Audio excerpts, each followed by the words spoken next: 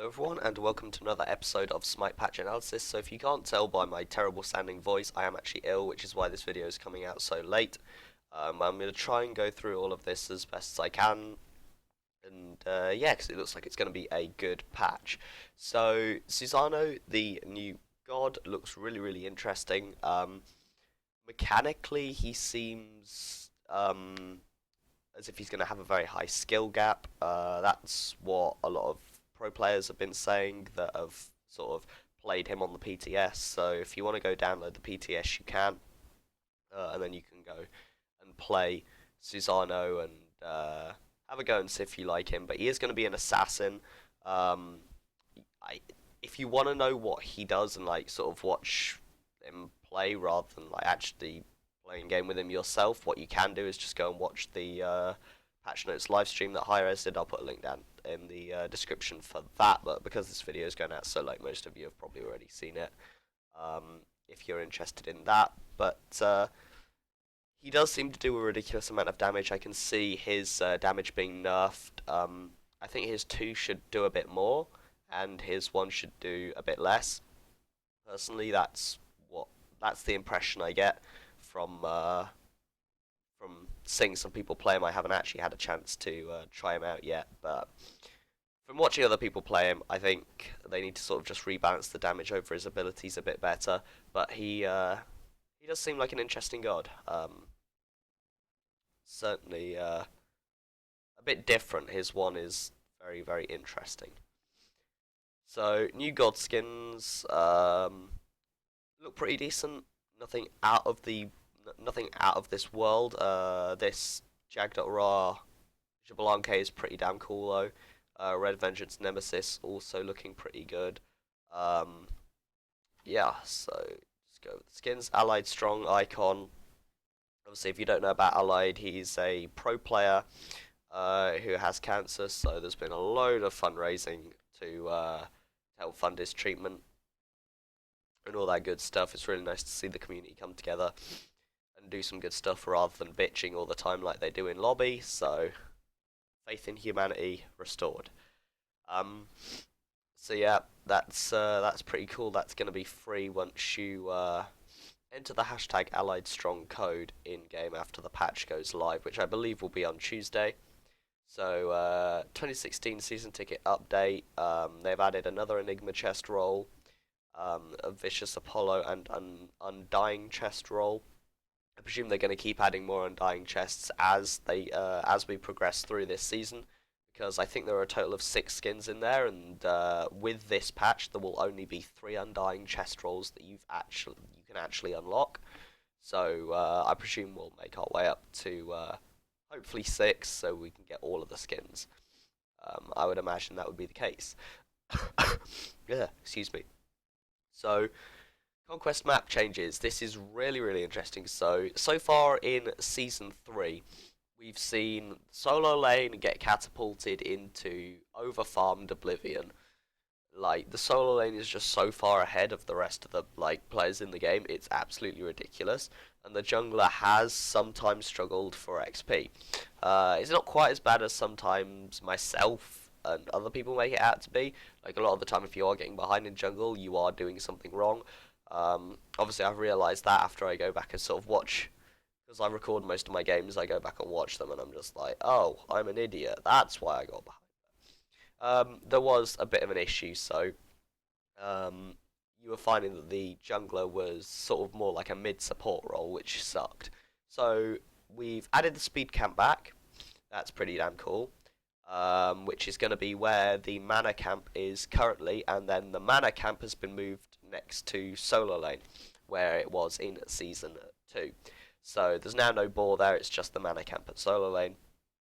The boar XP and the boar gold, which obviously those boars are now only over at duo lane, has been increased from 83 XP to 105 XP, and gold from 29 to 50.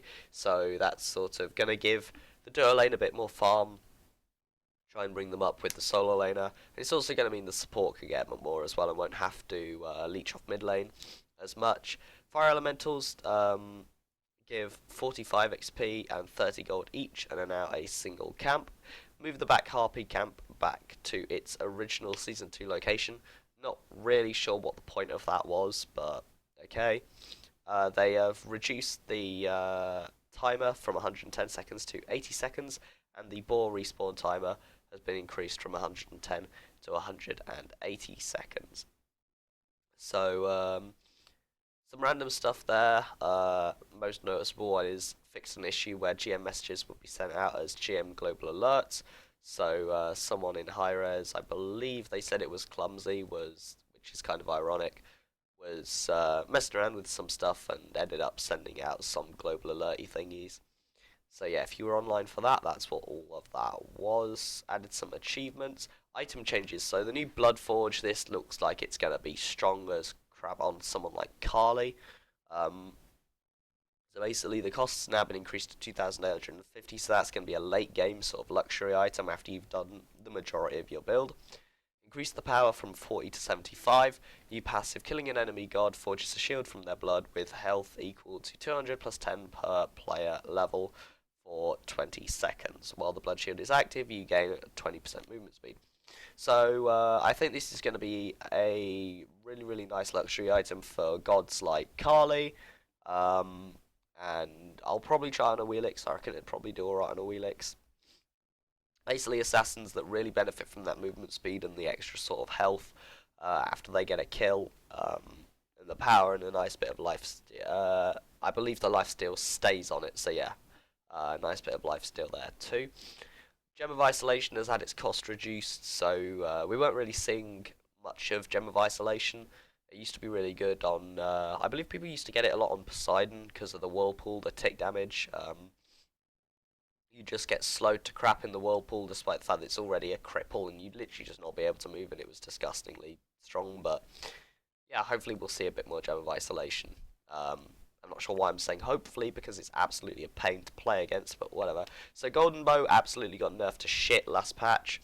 They took away the crit along with various other things, but now they've increased the power and reduced the cost slightly, so hopefully it's now going to actually be a viable item. I mean, the critical strike chance was making it a bit overpowered, so I agree with the fact that they removed it.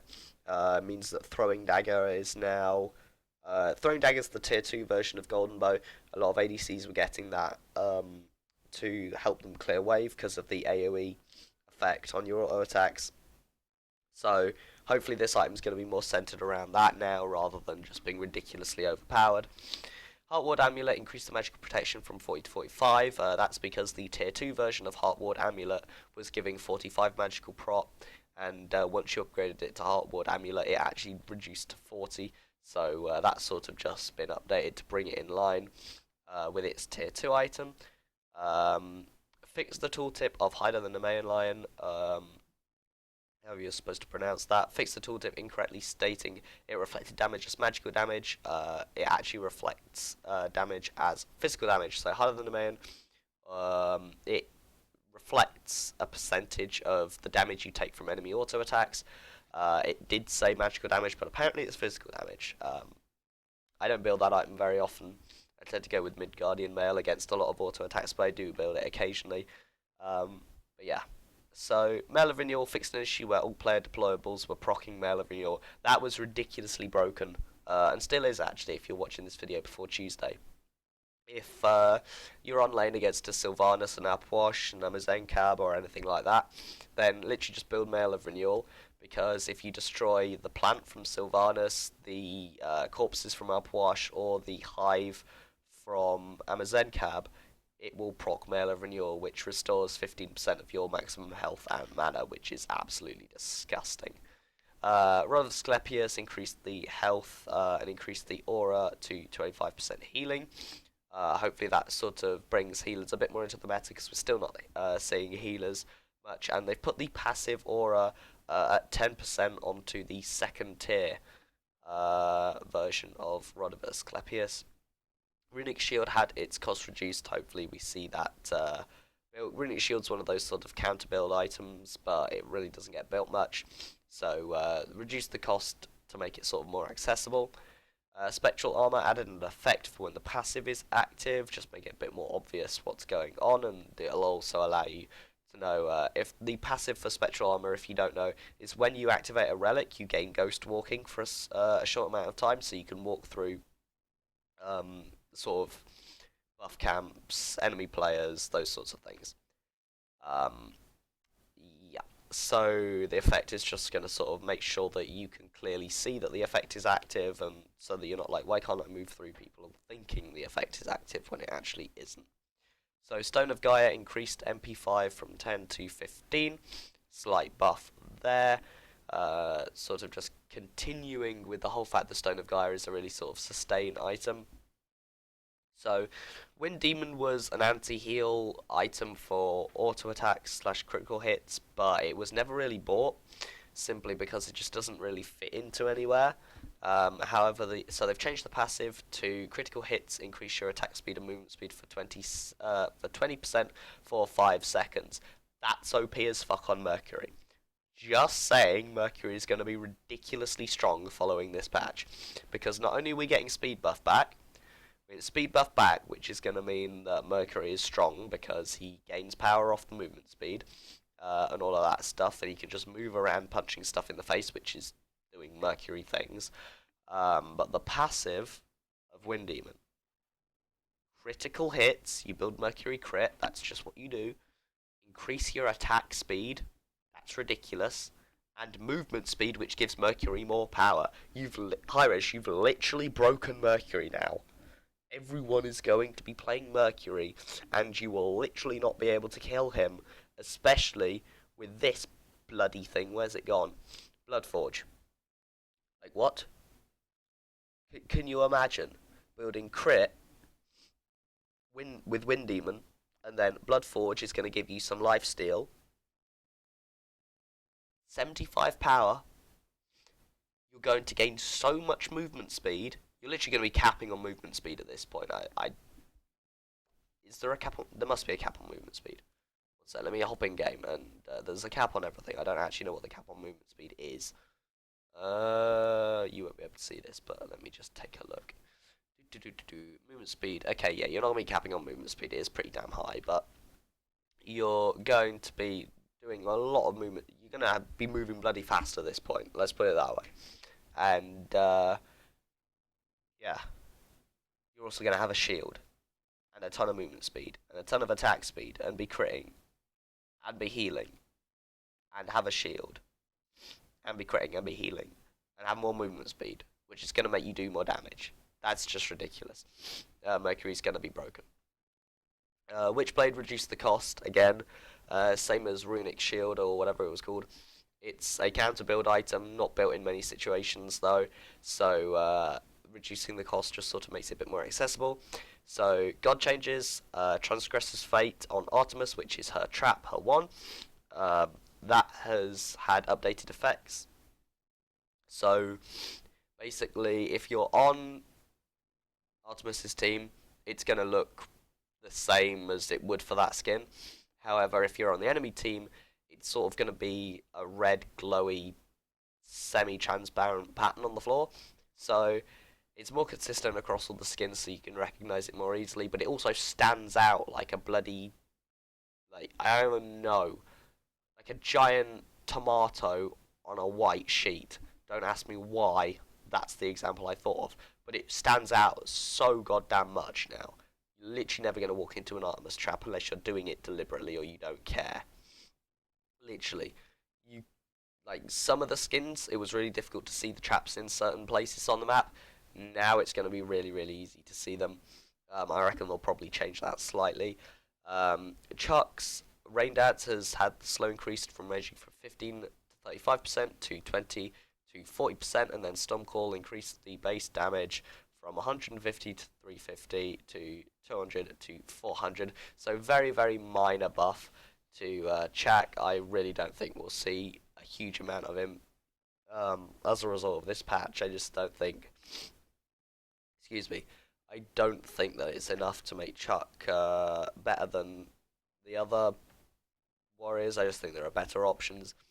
Freya, they've increased the duration of pulse from 5 seconds to 6 seconds, so that when you use your, that's your 2, when you do that to get your ranged autos, and then you use your one, I forgot what it's called, to do the extra damage, you'll be able to use that one for the full duration before both abilities run. Irradiate there, it says it there in the little paragraph that Hyros left. So yeah, when you use Irradiate, you're going to be able to get the full duration of Irradiate off while Pulse is excuse me, while Pulse is active. So Kukulkan fixed an issue where Kukulkan's passive would not get modified by Rod of Tahuti's passive. So do I think this means we're going to be seeing a load of Kukulkan? No, because he doesn't have that much like of an escape, and his ultimate is ridiculously hard to secure damage with, like ridiculously hard at most decent levels of play. People are just going to be using Sanctuary or something like that to negate the damage. A lot of gods have immunity frames, like for example if you're say I'm jungling as a Wheelix, and I see a Coconut flying towards my face, I literally just punch someone in the face and then hit my Feather Step, which is my 2, and while I'm flipping over their head I'm immune, so I don't get hit by this damage at all. Same goes for Najar's 3, his Sash. A lot of gods have immunity frames like that. So at high level play you can use them, or just use your jumps or whatever to get out of the way. It can be really hard to secure damage with that. So I don't think we're going to be seeing more Kukulkan, but that's going to be a decent damage buff. He's going to get a bit more power from that fix there. Nemesis, increased power gain and power loss from 4% to 6% on Scales of Fate, and Divine Judgment, increased protection stealing, from ranging from 30% to 50% to 50% at all ranks. This is going to make Nemesis a bit more viable in the early game. Good old bloody Weaken, that guy that got dropped from Envy. He likes Nemesis a lot. Like, Nemesis is basically his... I guess you'd call it a flavor pick at this point, because Nemesis really isn't a top pick for the majority of junglers. So yeah, I guess it is a flavor pick for him, because he likes to play her. I guess this is good news for him. Do I think Nemesis is going to be relevant again? No. No, I don't. That ultimate is nice. Ultimate is really nice. However, I don't think it's enough. Maybe we'll see her picked more against tanky teams. Maybe it'll sort of cement her as a counter pick a bit more now that protection stealing is at 50% from all ranks, at all ranks. I think we probably will see her more often as that counter pick, because she wasn't even really being picked as a counter pick that much against tanky teams, which is what she's supposed to be. But I do think she will be picked a little bit more now. As for will she make it into the sort of the standard picks, no. No way in hell, especially not with how overpowered Mercury is going to be this patch. No bloody way. So Raijin increased projectile speed from 100 to 115. Fixed an issue where this ability would not stop upon being silenced. Removed Raijin's collision during his pre-fire while invisible. Raijin will no longer be able to be stunned / silenced, etc. once he's become invisible. So when he's teleporting, once he's become invisible, he can't get stunned or silenced out of that, and the ability get cancelled. I can imagine that's really frustrating if you play a lot of Raijin, so that's getting all sort of sorted out. Taiko drums, I probably didn't, or Taiko drums, I don't know how to pronounce that. Apologies for my terrible pronunciation. But anyway, time in air increased from 3 seconds to 4.5 seconds, reduced movement penalty from 75% to 40%. So it's going to allow you to reposition slightly better and move around, and also that extra 1.5 seconds on the ultimate is going to allow you to aim those hits a lot better. Like Raijin's ultimate is really, really interesting mechanically how it works, because you have the 3 different options of doing loads of damage, or it could be a fear, or it could be a taunt. So sometimes you might want to use a combination of those, but what we were finding with only 3 seconds to fire off the shots oh god, what the fuck happened there? What we were finding with only 3 seconds to fire off all the shots was that it was not only difficult to sort of re-aim the shots if people were moving, like you didn't really have time to re-aim or retarget, you literally just have to fire them off like back to back. But what we were also finding is the fact that it was very, very difficult to mix and match those sorts of those three different options you had. Say you wanted to do a 100% damage into a taunt into 100% damage. That would be very, very difficult to pull off. I don't even know if it was possible. I never really tried it, but I don't play Raijin that much. But that was, even changing once was pretty difficult within 3 seconds. So 4.5 seconds is nice. I'm glad they've made that change. Mystic Rush on Ravana, increased radius from 12 seconds to 15 seconds. And updated the tooltip to correctly indicate it as a leap instead of a dash. Skadi, Rune of the Hunt, they've nerfed Colder slightly. Do I think that's going to make much difference? Nah, no, not really. 10%, I don't see that affecting things a huge amount. Skadi, the issue with Skadi is the fact that she has a clear weakness, which is the fact that she doesn't do well when she gets ganked. She has no escape. If she's in a 1 versus many situation, she is screwed. However, if she's 1 versus 1 or 1 versus 2, she is absolutely dominant. But the problem is that Calder is so goddamn strong that even when you're like many against Skadi, like when there's many of your players against Skadi, Calder will literally just fuck up everyone. He's so strong, especially at high ranks. So, you know, maybe 10% will make a difference. I'm not 100% convinced, but we'll see. We'll see. I trust that Hi-Rez have done some testing and that this actually works. So, we'll see. But at least we're moving in the right direction, because Calder is a bit overpowered. Vamana, Armored Umbrella reduced physical power scaling from 100% to 70%. Umbrella Rang increased physical power scaling from 40% per hit to 50% per hit. So that's basically moving the power, rebalancing the damage that Vamana does more towards his 3, which is the skill shot. The Umbrella Rang needs to be aimed, it can be dodged more easily, whereas Armored Umbrella is more of just a quick burst in a cone. It's literally, there's no real skill shot to it, it's easy damage. So I like that. It goes along with the theme of Smite, the fact that you have to aim your abilities a lot in this game. Damage shouldn't be that easy to secure. So I like the fact that that's been rebalanced. Jing Tian, quite significant changes here. Increased the duration on his Furious Roar, ranging from 1 to 3 seconds to 1 to 4 seconds. Decrease the dot damage from 4% to 3%, so just slightly less damage, but it lasts longer, which is also going to mean that you get more, that you get the other effects that it applies for longer. So increased base damage from ranging from 70 to 190 to 80 to 210. So, yep, slight damage increase, decrease the dot damage slightly, and increase the duration from 1 to 3 to 1 to 4. Hook Slam, this ability now roots again instead of slows on the slam hit, so he's going to be able to... I think what they're trying to do with this, what they said on the patch notes, is the fact, on the live stream, is the fact that he is being played a lot in the solo lane, but they want to move him more towards the support thing, which is why they've put the root back. They've increased the duration on Furious Roar to get the other effects to last longer, and then decreased the damage slightly. Whirlwind of Rage and Steel, increased casting time from 0.72 seconds. That is a very random number. I don't know who. I reckon literally they had a load of post-it notes with some random ass numbers and they threw darts at it and we were like, that one. 0.72 seconds. That's very random, but okay.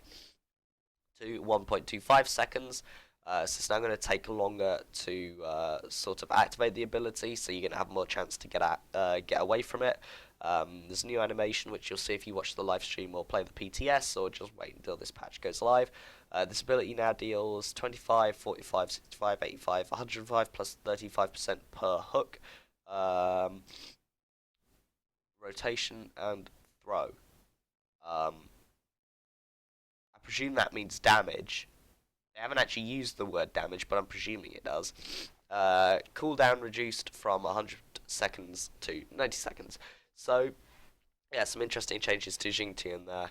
we'll see how that goes. So all in all, I think it's a very good patch. Be interesting to see how the new jungle plays out. I'm looking forward to it. I'm happy Speed Buff's back again. Mercury's going to be broken.